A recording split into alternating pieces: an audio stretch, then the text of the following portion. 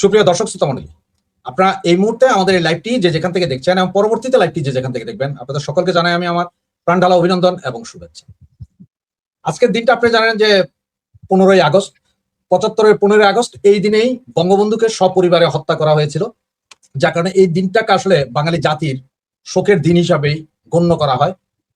এতটুকুই বলতে চাই যে যেই নেতার জন্ম না হলে বাংলাদেশ স্বাধীন হতো কিনা সন্দেহ আছে। আজকে আমরা যখন বেলুচ নিয়ে কথা বলি, পাকিস্তানের বেলুচ, তারা স্বাধীনতা চাইছিলেন বাংলাদেশেরও আগে, কিন্তু সেখানে একজন বঙ্গবন্ধু নেই বা শেখ মুজিব নেই বিধায় এখনো স্বাধীন হতে পারেনি। তাই বেলুচরা এখনো বলে যে শেখ মুজিবের পথ ধরো, বেলুচ স্বাধীন করো। আর যে দেশটা আমাদেরকে স্বাধীন করে দিয়েছিলেন যেই ব্যক্তি, সেই বঙ্গবন্ধু শেখ মুজিবুর রহমান, তাকেই আমাদের তথাকথিত কিছু সেনাবাহিনীর লোভী কর্মকর্তারা হত্যা করেছিল। তাই আমি আজকে ওনাকে এবং ওনার পরিবারের আত্মার মাগফিরাত কামনা করেই আমাদের প্রোগ্রামটা শুরু করছি। আমাদের প্রোগ্রামে আজকে উপস্থিত আছেন জনাব মহসিন রশিদ, আপনারা সকলের পরিচিত এবং সুপরিচিত মুখ বর্তমানে বাংলাদেশে, যিনি সরাসরি কথা বলতে পছন্দ করেন, সত্যকে সত্য, মিথ্যাকে মিথ্যা এটা বলতেই পছন্দ করেন। ওনাকে দিয়েই শুরু করব। তো চলুন আমরা সরাসরি ওনার কাছেই যাই। আসসালামু আলাইকুম স্যার, আপনি কেমন আছেন? আলহামদুলিল্লাহ, ভালো আছি স্যার। আমি দেখলাম আপনার ফেসবুকে এই পোস্টারটা আপনি দিয়েছেন, শোকাহত জাতি শেখ মুজিবুর রহমান গভীর শ্রদ্ধার সাথে স্মরণ করছেন আপনি। এই যে এভাবে আপনার দিলেন স্যার, আপনার কি কোনো সমস্যা হওয়ার সম্ভাবনা কি আপনি মনে করেন না? আমি জানি না, দেশে তো মব কালচার চলছে, দেশে একটি গণতান্ত্রিক বা ইলেক্টেড সরকার আছে, তারপরে তো বঙ্গবন্ধুকে তো শ্রদ্ধা জানাতেই হয়। বঙ্গবন্ধু না থাকলে তো আজকে যারা বাংলাদেশের প্রধানমন্ত্রী আছেন বা যারা লিডার অফ দি অপোজিশন আছেন, ওনারাও তো থাকতেন না, এই পজিশনে থাকতেন না হয়তো। কারণ স্যার আমি একটু আপনাকে দেখাই, আপনার জন্য সুবিধা হবে। এই যে দেখেন, 32 নম্বরে গিয়েছিল, আজকে মব হয়েছে 6টা এরকম ইয়ে আছে যেগুলো আমি আপনাকে সব দেখাতে পারবো যে অবস্থা। এবং জাসদ, যেটা সর্বসময় আওয়ামী লীগ বিরোধী ছিল একসময়, বঙ্গবন্ধু প্রতি শ্রদ্ধা কর্মসূচি, জাসদ কার্যালয়ে পুলিশের অবস্থা, মানে ওদেরকেও করতে দেওয়া হয় না। এই জিনিস আমি জিজ্ঞেস করছি, আপনি যেই ছবিটা দিলেন এরপর আপনার উপরে কি কালকে মব হইতে পারে কি? জানি না, আমি সেটা জানি না। দুঃখজনক, গভর্নমেন্টকে তো দেখা উচিত, বিকজ আমি তো বঙ্গবন্ধুর ব্যাপারে দিয়েছি। বঙ্গবন্ধু তো নিষিদ্ধ না, নিষিদ্ধ তো হচ্ছে আওয়ামী লীগের কার্যক্রম। আর এটা তো অ্যাডমিটেড ফ্যাক্ট, পুরো পৃথিবী জানে যে আজকের দিন উনি হত্যা হয়েছিলেন, পুরো পৃথিবী জানে। মানে জানার কি আছে, এইটা তো যারা আজকে আছেন তারাও জানেন যে ইতিহাসে বঙ্গবন্ধু কত উচ্চমানের একজন নেতা ছিলেন ওই সময়, যে পুরো পৃথিবী ওনাকে রেসপেক্ট করতো। তো এই জিনিসটা তো মেনে নিতে হবে সবাইকে, বা মানা উচিত। অথবা আমি যদি জিয়াউর রহমান সাহেবের কথা বলি, জিয়াউর রহমানও খুব বড় মাপের নেতা ছিলেন। উনি প্যালেস্টাইনের জন্য যে কাজগুলি করেছেন, বা মিডল ইস্টে ওনার যে রেসপেক্টেড ছিল ওনার সময়, এটাও তো শ্রদ্ধা, এইখানে তো শ্রদ্ধার ব্যাপার আছে। তো আমি তো দেখেন, আপনি জিয়াউর রহমান সাহেব ইন্ডিয়া গেলেন, তৎকালীন president and prime minister both of them ওনাকে এয়ারপোর্টে রিসিভ করেছেন এট দ্য ফুটস্টেপ। তো আমি তো জানি না, আর এই দুই নেতাই এরকম, যাদের জন্য ধরেন বিএনপি, আমাদের প্রেসিডেন্ট জিয়াউর রহমান যদি না হতেন, উনি যদি বিএনপি না করতেন, আজ কি বিএনপি বলে কোনো দল থাকতো? সিমিলারলি আমাদের বঙ্গবন্ধু যদি এই দেশকে স্বাধীন না করতেন, এই দেশ কি বাংলাদেশ হতো? বুঝি, এই যার যা প্রাপ্য সেটা আপনাকে দিতে হবে। আমি তো জামাতে ইসলামীকেও বলেছি বা বলে থাকি যে দেখেন, আপনারা এত লজ্জা পান কেন যে আপনি 1947-এ পাকিস্তানের বিরোধিতা করেছেন?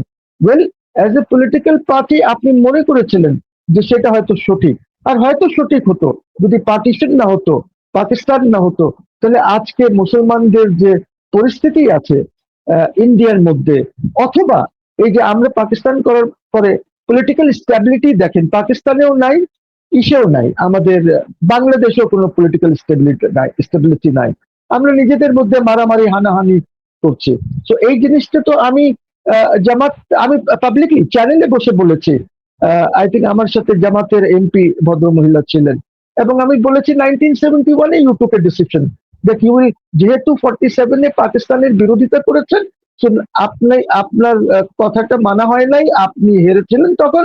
71-এ আপনি মনে করেছেন যে ঠিক আছে, এখন পাকিস্তান হয়েছে, এটা পাকিস্তানি থাকুক, এখানে আর যেন কোনো ডিভিশন না হয়। এটা তো আমি ওনাদেরকে চ্যানেলে বসে বলেছি। আপনারা লজ্জা করেন কেন? আপনারা ডিসিসিভ ইসে যান না কেন যে yes we took a decision at that time, that was perhaps the correct decision. Maybe আপনি বলুন, ক্ষমা চান আপনি আল বাদার আল শাম, যদি এটাতে আপনারা যুক্ত থাকেন, আপনারা যদি করে থাকেন, ক্ষমা চাইবেন, জনগণ ক্ষমা করেও দিতে পারে আপনাকে।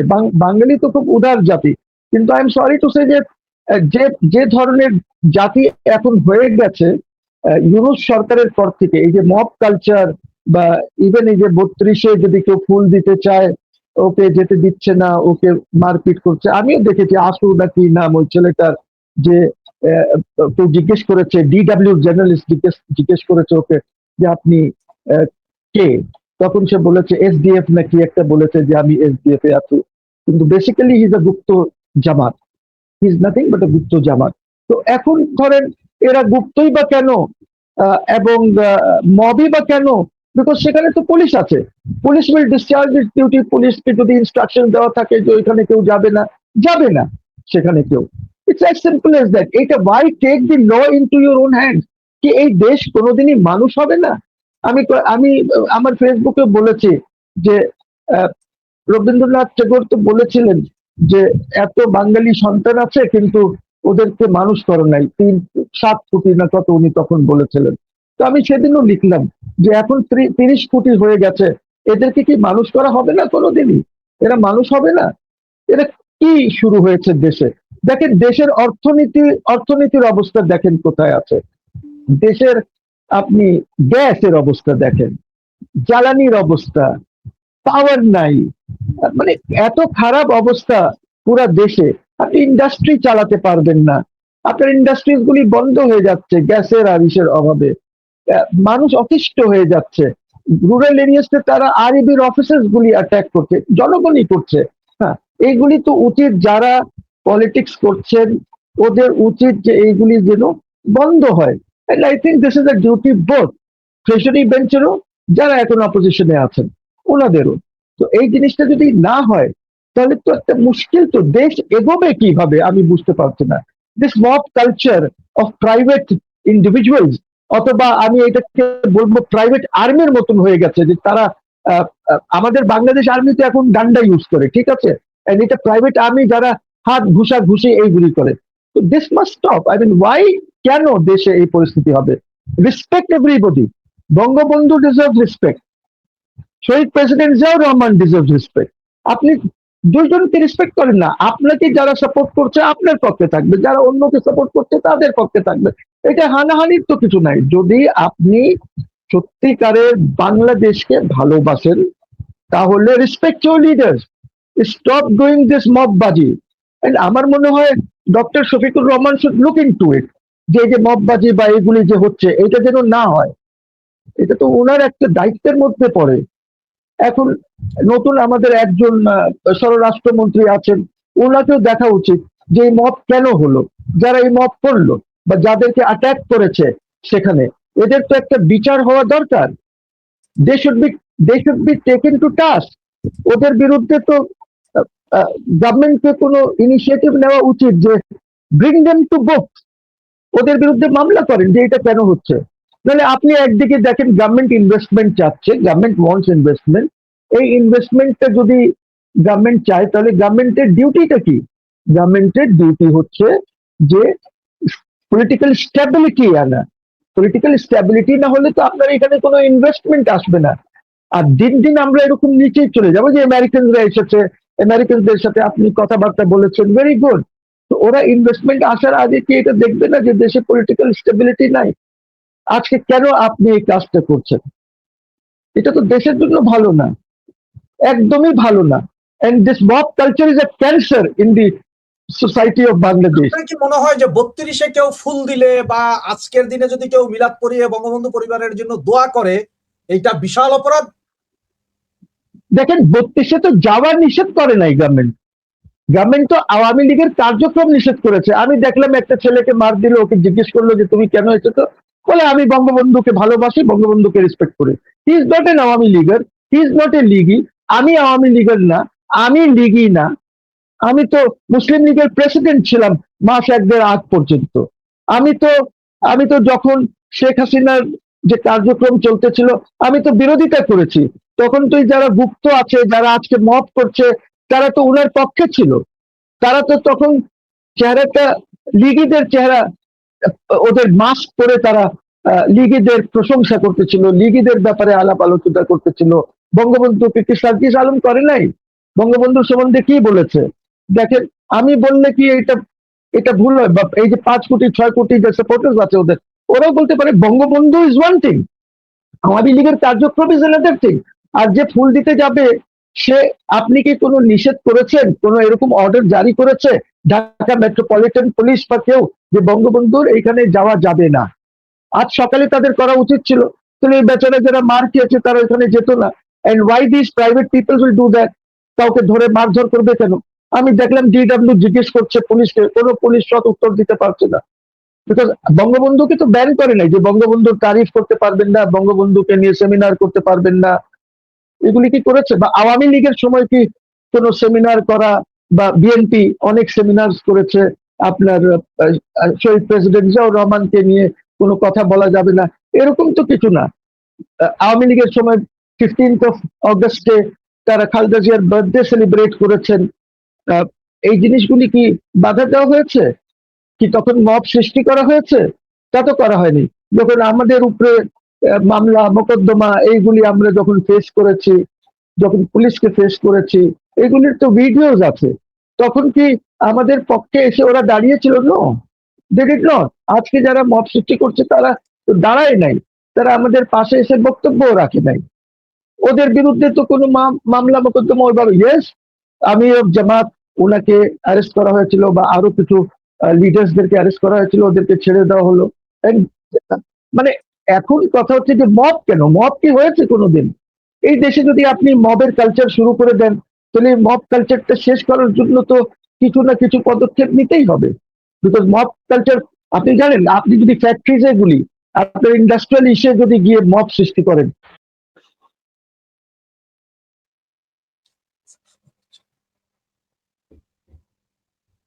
we must be more careful যদি দেশকে এগিয়ে নিতে চাই। আর যদি আপনারা শুধু আওয়ামী লীগ বঙ্গবন্ধু এদের বিরুদ্ধে থাকেন তাহলে তো দেশ এগোবে না।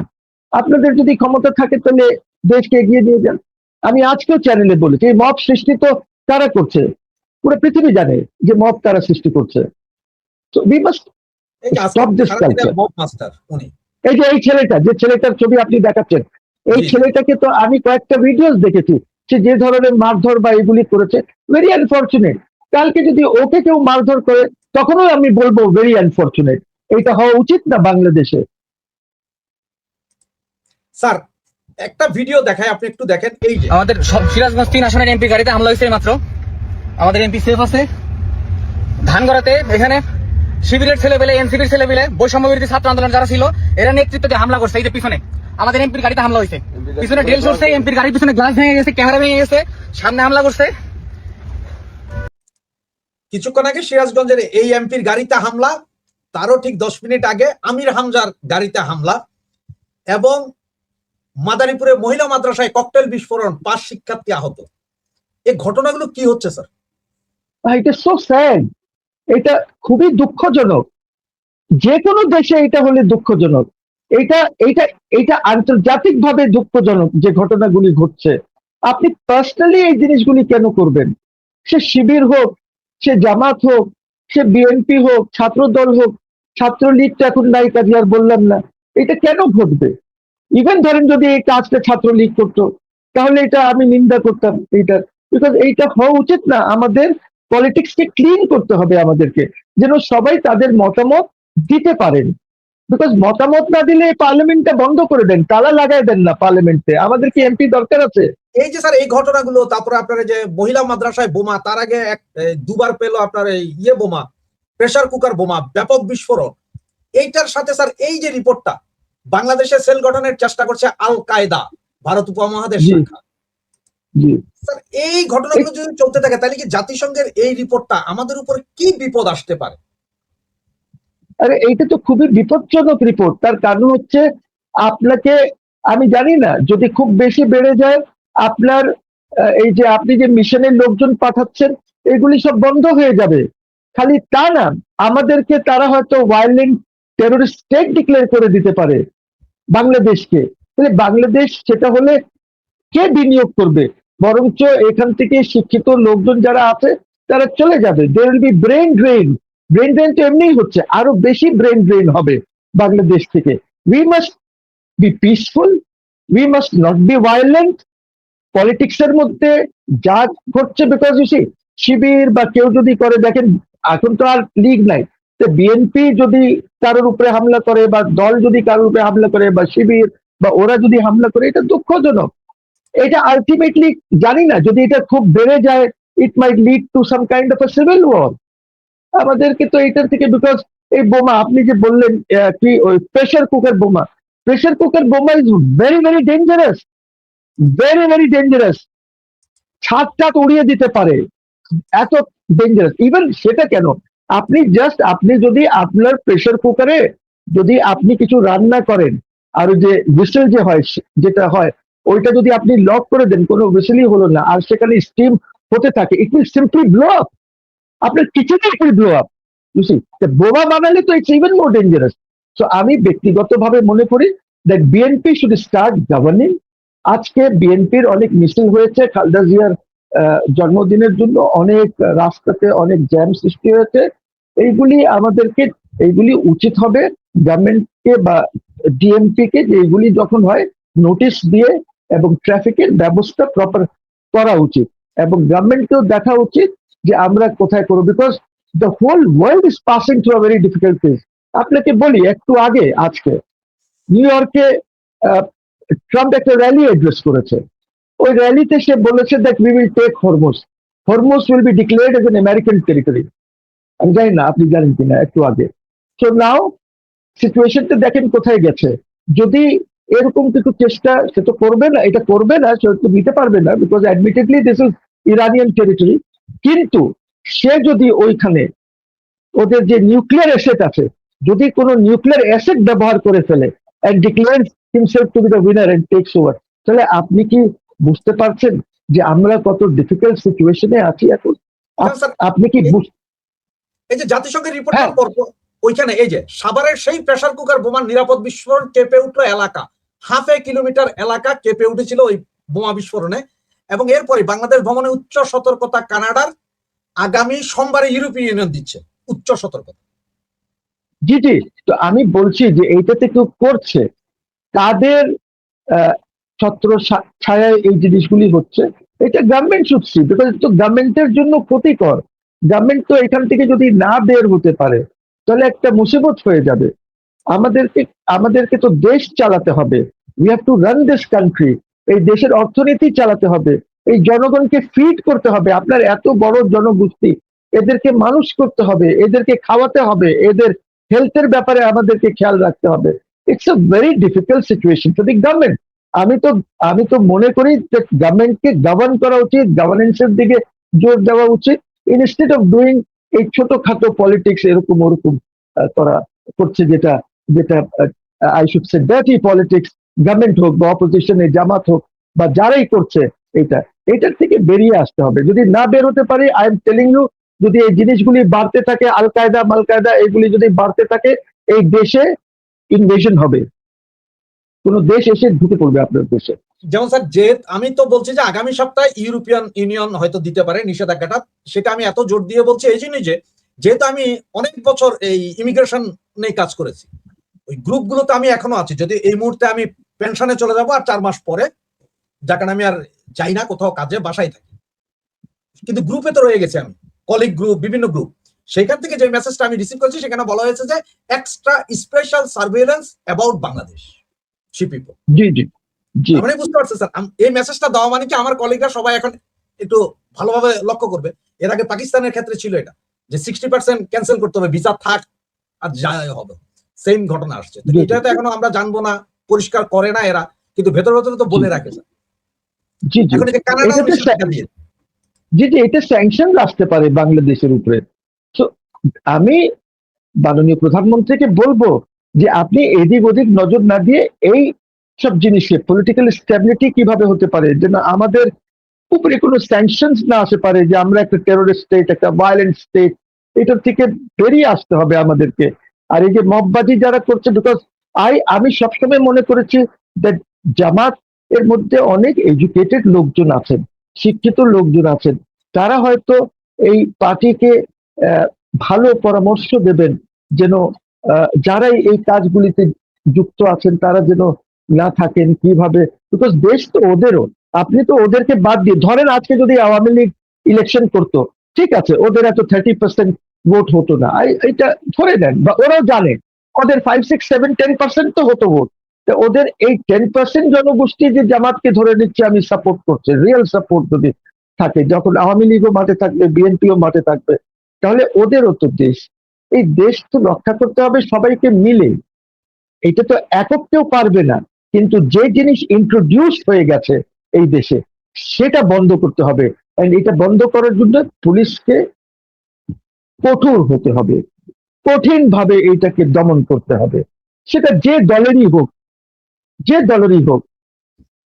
এ, মানে আপনি যদি বঙ্গবন্ধুর 32-এ গিয়ে ফুল দেবেন এটাতে, আর ইন্ডিভিজুয়াল দেখেন কোনো র্যালি করে কেউ যাচ্ছে না, লোকজন ওইভাবে যাচ্ছে না, একটা লোক ভালোবাসার এসে যাচ্ছে, আপনি ওকে ধরে ওই যে ছেলেটার ছবি দেখালেন, সে মারধর করছে ওকে, তো স্যার, ওকে তো সে আপনার সাথে যেই দল, না আপনার ওই সাথে ছেলেকে আমি আবার শুনেছি, সে বলেছে যে আমরা এখানে 8 জন 10 জন আছি, আর শাহবাগে আমাদের 15 জন আছে ওইখানে ওয়েট করছে, আমি নিজে কানে শুনেছি। জি। ভাই কেন, কেন আপনি বেগম খালেদা জিয়ার জন্মদিন পালন করেন গিয়ে, আর কেউ যদি বঙ্গবন্ধুর হত্যা দিবসে একটা ফুল দিতে চায়, ওকে কেন আপনি বাধা দেবেন?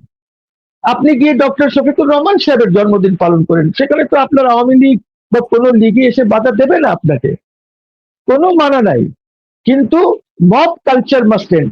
এবং দেখেন আবার ইউনূসের কথা বলতে হয়, এই লোকটা দেখেন কি করে গেছে দেশে, দিস ইজ হিজ ডিভাইস, এই mob culture is his device, সেই জিনিসটা সৃষ্টি করে গেছে, সে না এবং করলে এটা হয়তো হতো না। এবং স্যার, আমরা কথা বলতে বলতে এই মাত্র 32 নম্বরের সামনে গাছ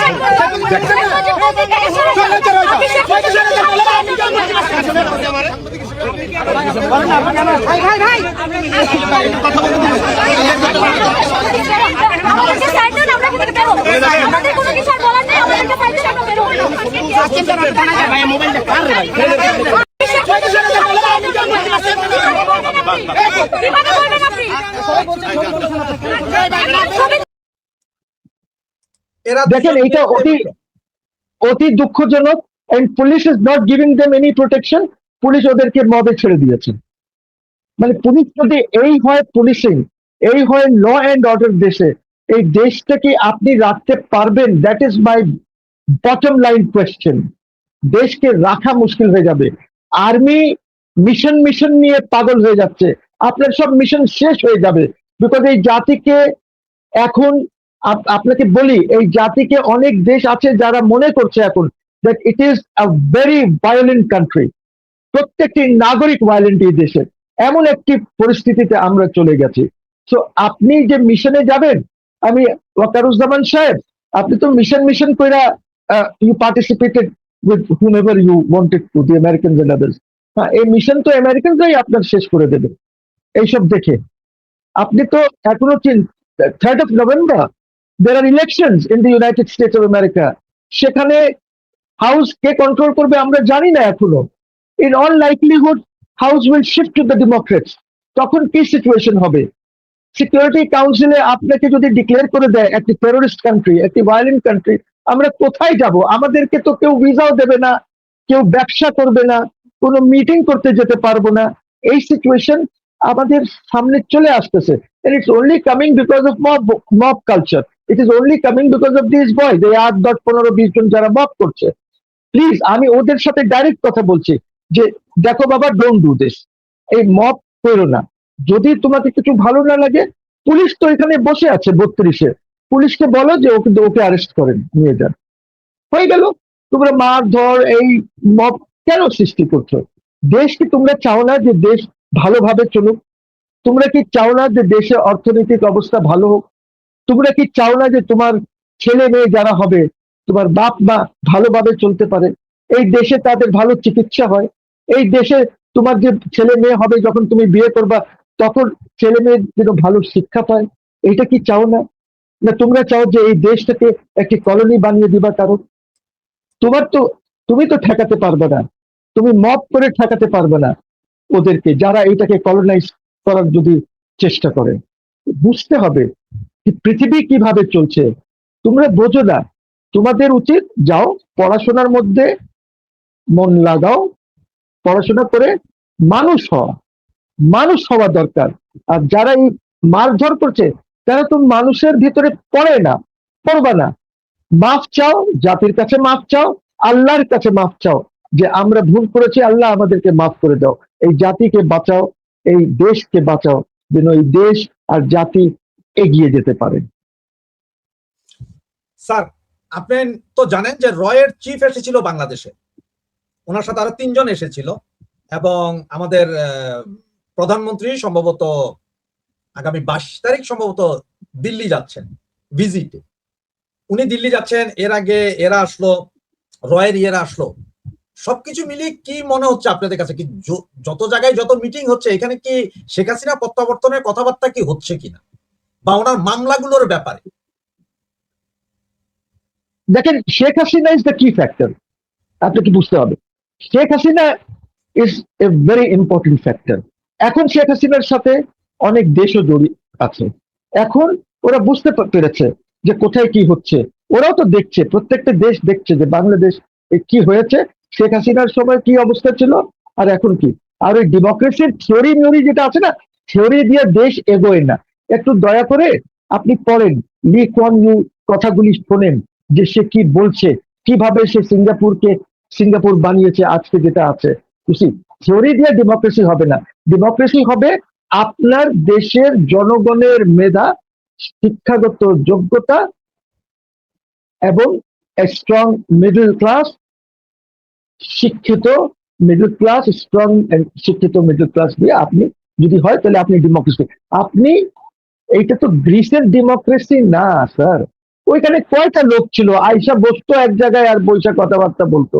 that democracy you can't have. আপনাকে ডিসাইড করতে হবে যে আপনি বাংলাদেশে আমেরিকান ডেমোক্রেসি চান, না আমেরিকান টাইপ, না আপনি বাংলাদেশে ইংল্যান্ডের ডেমোক্রেসি চান, না আপনি বাংলাদেশে ইউরোপিয়ান, এই যে স্ক্যান্ডিনেভিয়ান কান্ট্রিজের ডেমোক্রেসি চান, না আপনি সিঙ্গাপুর মালয়েশিয়ার মতন ডেমোক্রেসি চান, না আপনি ইরানের মতন ডেমোক্রেসি চান।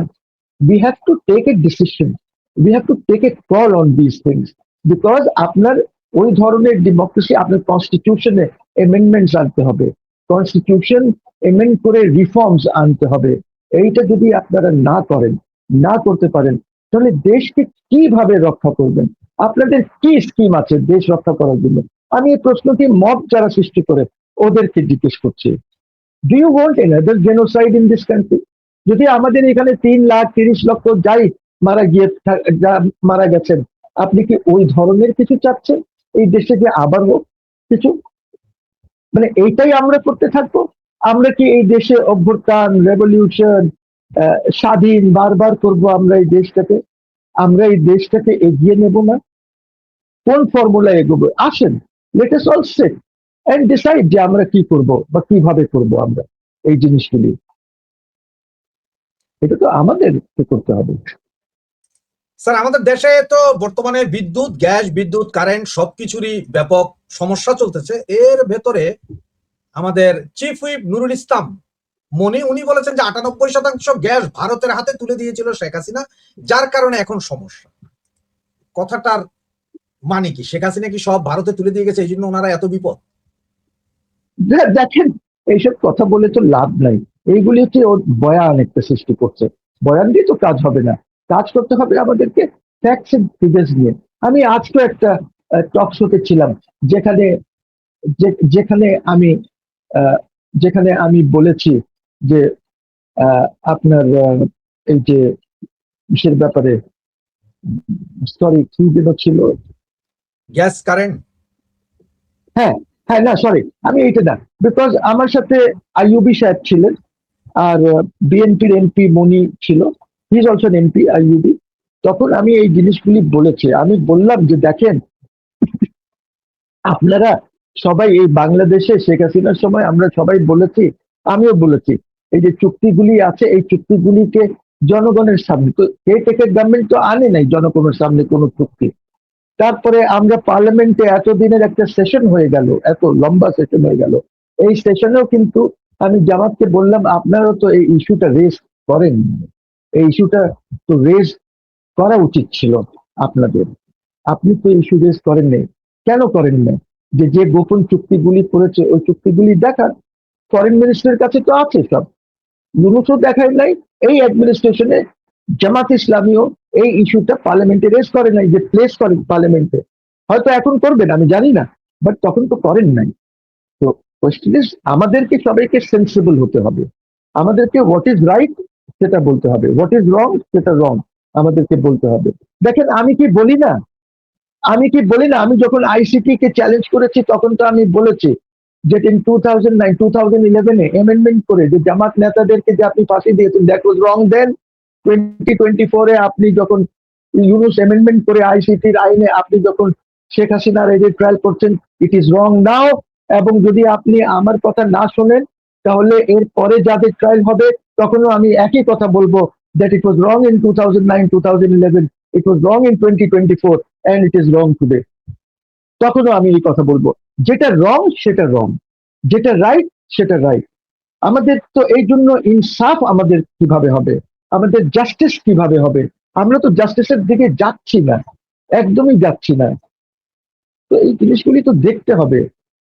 যেমন আমাদের গ্যাস নিয়ে তো আমাদের যে প্রধানমন্ত্রী এখন আছেন তারিক জিয়া, উনি বললেন যে এই আমাদের গ্যাস ক্ষেত্র থেকে ভারত পাশাপাশি কূপ খনন করে সব নিয়ে যাচ্ছে, এদিকে মায়ানমার নিয়ে যাচ্ছে, এর সাইন্টিফিক যুক্তি কোথায়? এইটা ওনাকে জিজ্ঞেস করতে হবে যে সাইন্টিফিক যুক্তিটা দেন। হাওয়েভার আমি এইটা বলবো যে আমাদের গ্যাস যেটা এলএনজি যেটা আসছে সেটা তো আমাদের সমুদ্রের যে ইয়েটা আছে, টার্মিনালটা আছে, ওই টার্মিনালে যাচ্ছে। অনেক সময় হয় কি যে জাহাজ লাগতে পারে না, বিকজ ওয়েভস এর জন্য ওকে যেভাবে লাগা দরকার সেভাবে লাগতে পারে না, যার জন্য এলএনজি।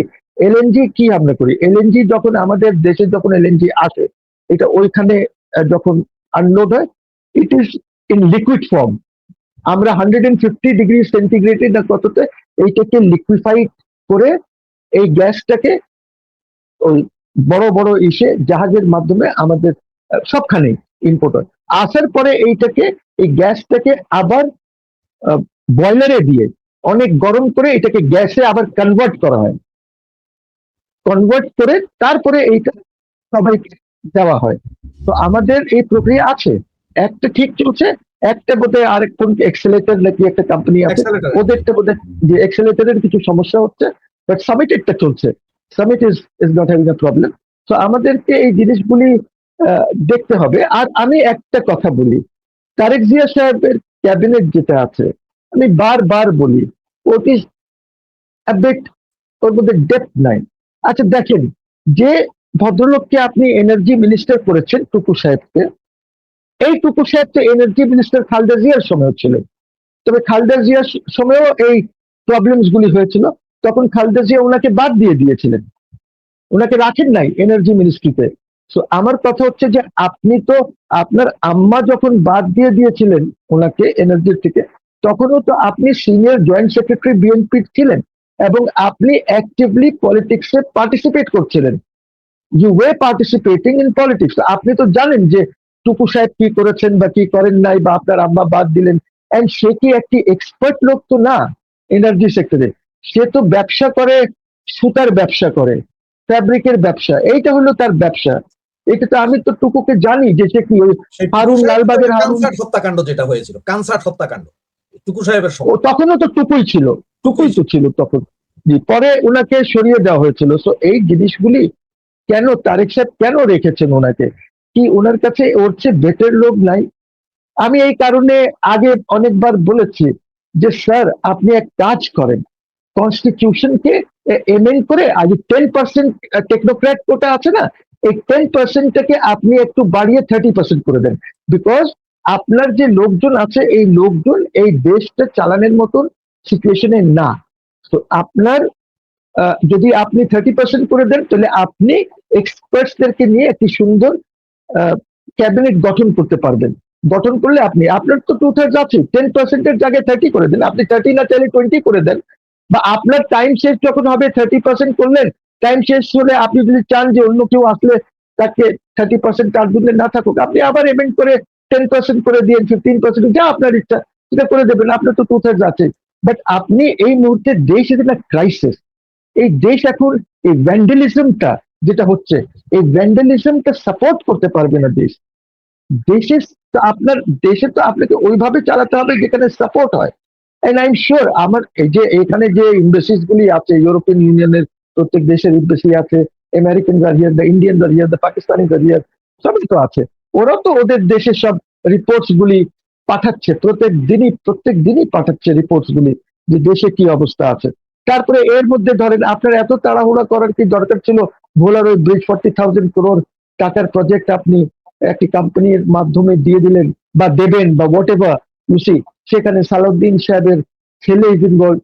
এইটা আরো মানে এইগুলি তো জনগণের কিসে পড়ছে, এবং এই জিনিসগুলি তো সব বাইরে যাচ্ছে। Reports are going outside the country, number one. Number two, আপনি জানেন যে 3টা অ্যাম্বাসেডর, আমেরিকান অ্যাম্বাসেডর আপনার বিরুদ্ধে খারাপ রিপোর্ট স্টেট ডিপার্টমেন্টে দিয়েছে। দ্য লাস্ট ওয়াজ মরিয়াপ্টি, ঠিক আছে, স্কেচিং রিপোর্ট। আপনাকে তো আরো কেয়ারফুল থাকা দরকার, আরো কেয়ারফুল থাকা উচিত। হ্যাঁ, আর আমি জানি উনি উনি সিম্পল মানুষ, ওনার মধ্যে হিউমিলিটি আছে, কিন্তু এই দেশ পরিচালনা করার মতন ওনার মধ্যে মেধা আছে কিনা এইটা আমি খুব শিওর না। I am not very sure, because 6 মাসে আমি যা দেখেছি, দেখেন ব্যাংকিং সেক্টর এখন পর্যন্ত ঠিক হতে পারেনি। আপনি ব্যাংকিং সেক্টরে একটি বাংলাদেশ ব্যাংকের গভর্নর আপনি এমন একটি লোককে দিয়েছেন who has very little idea. সে এককভাবে গিয়ে সে কি ওয়ার্ল্ড ব্যাংকে বা IMF এ বা অন্য কোথাও গিয়ে এই টেকনিক্যাল জিনিসগুলি কি আলাপ করার মতন ওনার মেধা আছে? আমার জানা মতন সেটা নাই। আর যদি থেকে থাকে তাহলে it's a very good choice, but choose তো আপনি করছেন সবাইকে। You have to take the responsibility. এটা তো অন্য কেউ চুজ করছে না, তাহলে রেসপন্সিবিলিটি কে নেবে? এটা আপনাকেই তো নিতে হবে। তো আপনাকে আমি অনুরোধ করবো যে আপনি গভর্নেন্সের উপরে বেশি জোর দেন, সো দ্যাট দেশটা এগোতে পারে। আর আপনি এই হাসিনা ফোবিয়াতে ভুগেন না। শেখ হাসিনার যা করার শেখ হাসিনা সেটা করবে, সেটা শেখ হাসিনার ব্যাপার, সেটা আওয়ামী লীগের ব্যাপার। আরেকটি আপনাকে অনুরোধ করব যে এইসব জিনিস থেকে বাঁচার জন্য আপনি পলিটিক্যাল ফিল্ডটা ক্রিয়েট, লেট আওয়ামী লীগ আপনার কাছে স্পেস তো ভিক্ষা চাইবে না। আওয়ামী লীগের তো স্পেস আছেই, মোর দেন 5-6 crore তো ওদের লোকই আছে। ক্রিয়েট দ্যাট এনভায়রনমেন্ট যে বিএনপি, আওয়ামী লীগ, জামাত সবাই মিলে এই দেশটাকে এগিয়ে নিতে পারে। যে খারাপ জিনিসগুলি হয়েছে ইউনূসের সময়, যেভাবে অর্থনীতি ডিস্ট্রয় করা হয়েছে, যেভাবে মব কালচার সৃষ্টি করা হয়েছে, যেভাবে ওনার সব কমিশন গুলি ফেল করেছে, ঐক্য কমিশন যেভাবে অনৈক্য করে দিয়ে গেছে দেশে, এই জিনিসগুলির উপরে আপনি আপনার ফোকাসটা করেন। Talk to people who understand these things. Talk to people who understand the current geopolitical situation. Talk to the people who understand geoeconomics. ওদের সাথে বসেন। আপনাকে বেশি টাইম এইদিকে আপনি দেন যে কোথায় কোথায় চেঞ্জেস করতে হবে, কোথায় কোথায় আপনাকে ঠিকঠাক করতে হবে। তো সবকিছু আপনার যে টিম আছে, I am sorry to say যে এই টিমের মধ্যে ওই গভীরতা নাই যে ঠিক করে। আপনার আম্মা দেখেন, উনি 91-এ চালিয়েছেন না দেশ। We are all full of praise for হার।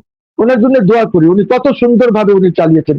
উনি দেখেন কেয়ারটেকার গভর্নমেন্ট তো উনার ডিমান্ড ছিল না, উনি তো প্রেসিডেন্সিয়াল চেয়েছিলেন, কিন্তু তারপরে উনি পার্লামেন্টারি ফর্মে চলে গেলেন। আপনার আম্মা কেন? পলিটিক্যাল স্ট্যাবিলিটির জন্য।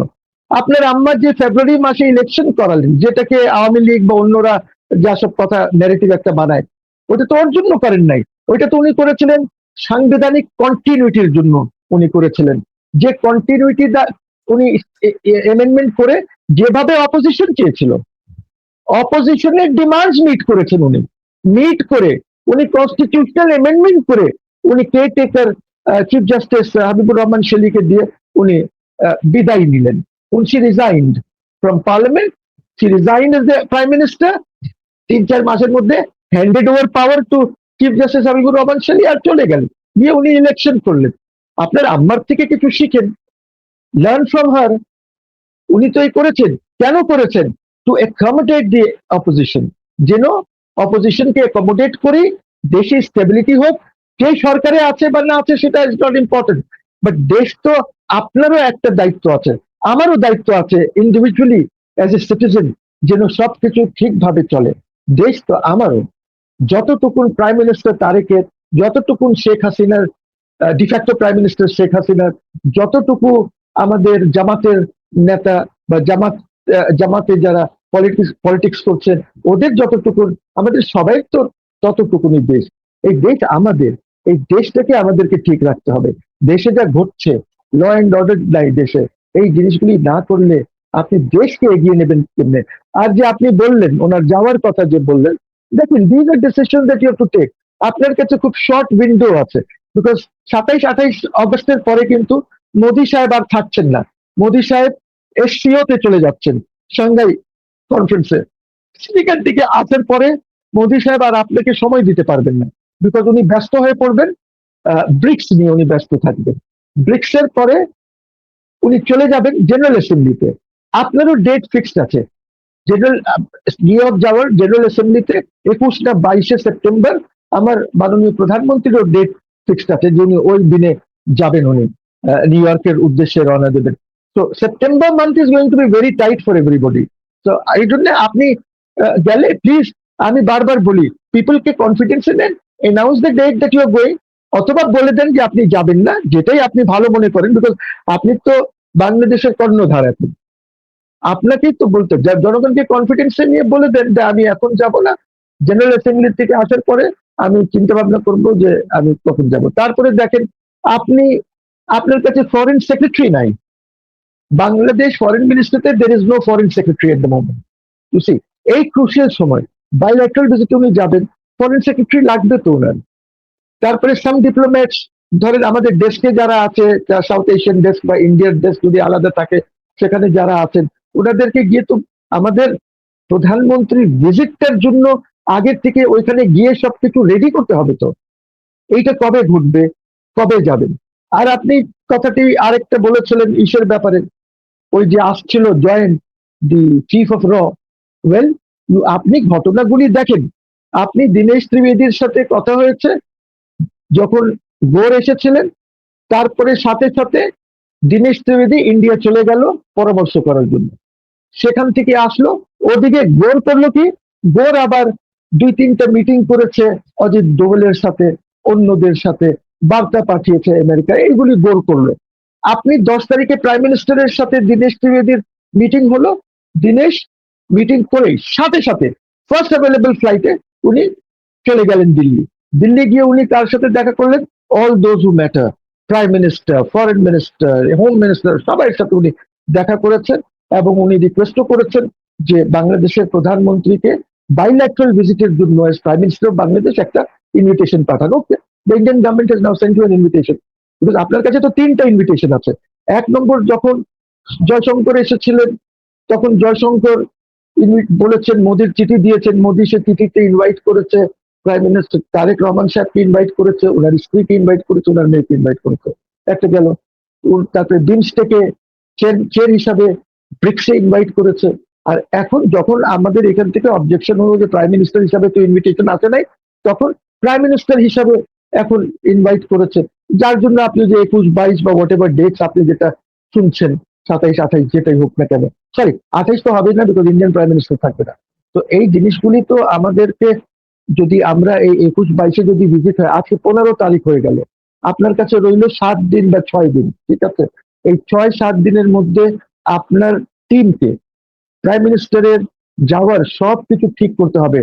কোথায় থাকবেন, কোথায় বসবেন, কি করবেন, ইন্ডিয়ান অথরিটিসদের সাথে সব সিকিউরিটি কি হবে, সবকিছু আপনাকে আলাপ আলোচনা করতে হবে। সেখানে কি কি জিনিস আমার প্রধানমন্ত্রী ইন্ডিয়ান প্রাইম মিনিস্টারকে কি কথা বলবেন, যে আমার গঙ্গা চুক্তি ঠিক করতে হবে এই ডিসেম্বরে হয়ে যাবে, আমার বর্ডার ফিলিংস বন্ধ করতে হবে, বা হোয়াট এভার আমাদের যা এজেন্ডা, এই এজেন্ডা তো ডিপ্লোম্যাটসরা অর্থাৎ অফিসার্সরা ফিক্স করবে আপনার জন্য, আপনার সাথে আলাপ করেই করবে। আপনি যখন ওইখানে থাকবেন আপনার সাথে ডাইরেক্ট আলাপ করবে, তারা ফোনে ফিক্স করবে আপনার agenda, but N advance team has to go. আমরা এখনো কিছু জানি না যে উনি কিভাবে করবেন। ঠিক আছে, আপনি আমাদেরকে জানায়েন না, but take the people into confidence সবকিছু নিয়ে। যদি পিপলকে কনফিডেন্স নিয়ে না নেন, তাহলে অনেক ধরনের প্রোপাগান্ডা হয়, অনেক ধরনের ফেক নিউজ হয়। এইসব থেকে তো বাঁচা উচিত আমাদের। তো আমি দেখেন, আমি দেশের পক্ষে আছি। বাংলাদেশকে এগিয়ে যেতে হবে, বাংলাদেশকে এগিয়ে যেতে হবে, বাংলাদেশে এখানে পিস রাখতে হবে, পলিটিক্যাল স্টেবিলিটি আমাদেরকে আনতে হবে। and there will be no, আপনি এই যে জয়েন্ট ট্রেন আসছে, এরা তো শেখ হাসিনার ব্যাপারে আলাপ করেছে যে what will be her security, where will she stay, সব তো আলাপ করে গেছে তারা। They spoke to the DGFI and others. আমি যখন পেপারে ছিল যে ডিজিএফআই এর সাথে কথা বলেছে। আমাদের লাস্ট কোশ্চেন যেটা, আমরা লাইভের প্রায় শেষ পর্যায়ে স্যার, একদম লাস্ট কোশ্চেন, শেখ হাসিনা আসার আগেই কি সমস্ত মামলাগুলো কি স্থগিত হচ্ছে কিনা স্যার? এইটা তো এগেন এগ্রিমেন্টের উপরে হবে যে কিভাবে এগ্রিমেন্ট হয়। বিকজ আমি বোধহয় আগেও আপনার সাথে বা অন্য সাথেও বলেছি যে শেখ হাসিনা আসা will depend on an agreement between Bangladesh, India and Sheikh Hasina herself. হয়তো আপনি শেখ হাসিনার সাথে কথা বলবেন না, but Sheikh Hasina will talk to the Indians ওদের মাধ্যমে। বিকজ ইন্ডিয়ানদের চেয়ে বেশি শেখ হাসিনা জানে যে তাদের লোকজন কোথায় আছে, কি আছে, ওরা কত কি করবে, কত লোক আসতে পারে না আসতে পারে, তো what kind of security is required. এই আলাপ আলোচনা করতে হবে আপনাকে, করে নেন এইটা নিয়ে। You don't have to shy away from it. আপনি লজ্জার কিছু নাই, আপনাকে আলাপ করতে, আপনি তো দেশ পরিচালনা করছেন। আর আপনি নিজেই বলেছেন যে আমি এই যে চেয়ারে বসেছি, this is a very hot seat, খুব গরম। তো আপনি তো যে চেয়ারে বসেছেন, আপনাকে তো ওই চেয়ারের মর্যাদাও রাখতে হবে, দেশের মর্যাদাও রাখতে হবে, দেশে আপনার গণতন্ত্র বলেন বা যাই বলেন সেটাও এগিয়ে নিতে হবে, আপনার অর্থনীতিকে এগিয়ে নিতে হবে। So it's a difficult task, but ওনাকে করা উচিত। And most important is law and order. আপনি ল অ্যান্ড অর্ডার না ঠিক করতে পারেন, তাহলে কিন্তু কোনো কিছুই ঠিক হবে না। It is very important. তো আমি বলবো যে আপনি আওয়ামী লীগের উপরে, দেখেন আমি তো আওয়ামী লীগ করি না, এটাতে ব্যান থাকুক নাই থাকুক, what does it matter to me. আপনি এইগুলি লিফট করে দেন। ইউনূসের যে সব সে এই যে শয়তানিটা করে গেছে, আপনি এই শয়তানির মধ্যে থাকেন না, আপনি এটা লিফট করে দেন। Let them come, let them do rallies, let them have meetings, করুক না, ওদের কমিটিস গুলি কাজ করুক, ওদের অফিসেস গুলি খুলুক। এখন তো ব্যানের জন্য খুলছে না। যদি না করেন তাহলে আমার আশঙ্কাটা বলুন। I don't know what will happen, because Awami League ভালো বলতে পারবে, ওদের নেতা যারা আছেন ওরা ভালো বলতে পারবে। হয়তো বেশি দিন যদি আপনি রশিটা বেশি টানেন, তাহলে রশি ছিঁড়ে যাবে। এন্ড রশি যখন ছিঁড়ে যাবে এই টানা হেঁচড়ার মধ্যে, তখন কিন্তু আপনি কি নোটিফিকেশন দিয়েছেন, কি দিয়েছেন, এইটা তখন এরা মানবে না।